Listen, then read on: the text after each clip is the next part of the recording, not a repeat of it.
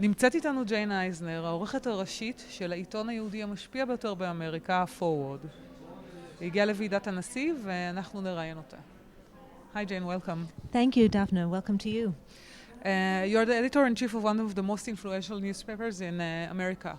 Would you say that the press in general is under clear and immediate danger by special interests, by the declining readership, by the digital revolution? Oh, there's no doubt that it is, and that subject is one of the things that we are talking about here at the President's Conference. But I think the danger is not just in terms of who owns the press, whether it's an individual business person or philanthropist or a donor. But I also think there's a question of resources. You know, to do the good kind of journalism that we believe in at the Forward, it takes time. It takes trained journalists. It takes a lot of work because you need to have integrity in your work.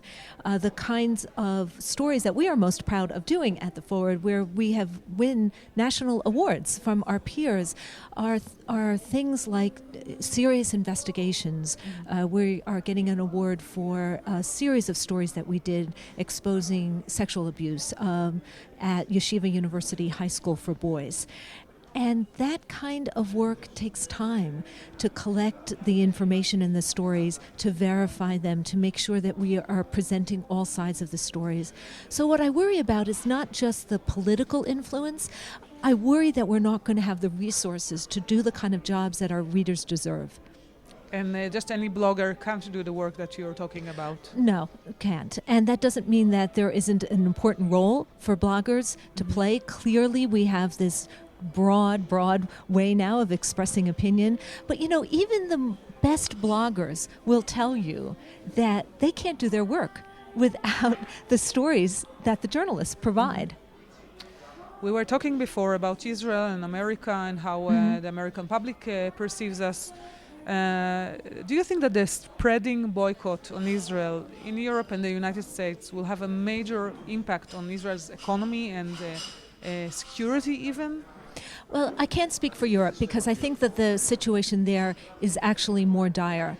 But I can tell you, from the perspective of both an American and an American Jew, America loves Israel. It's kind of hard for Jews to accept the fact that people do love us, but when you examine all sorts of surveys, not ones done by American Jewish organizations, frankly, but ones done by nonpartisan, non-denominational, serious scholars, they find that Jews are among the most admired religious and ethnic group in America, or sometimes the most admired. Support for Israel is really, really strong in the Congress, in the White House, in the public.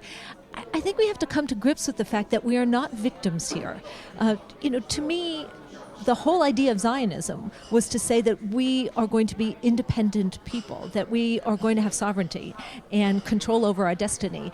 And indeed we do.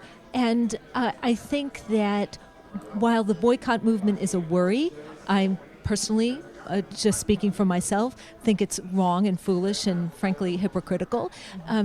But I don't think it's widespread. And I think the best way to combat it is to move towards peace and to show Israel doing the kinds of things that it does, like at this conference where people from all over the world are speaking. But still, Israel faces a very big challenge internally, economically, and strategically or politically, the Palestinian conflict.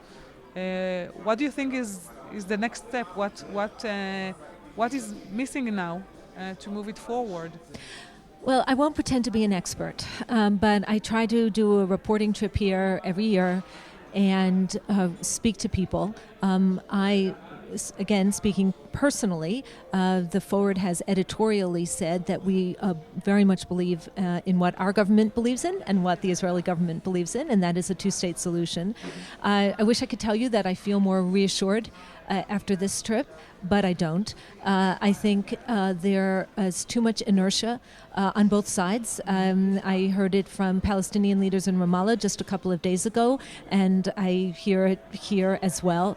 And I think that there is an effort by people on the far left and the far right to make it more and more difficult for a two-state solution to happen. And every month, every year that it is stalled, I think it becomes more and more dangerous for Israelis, Palestinians, and then, therefore, for Americans. Thank you very much. It was my pleasure, Daphne.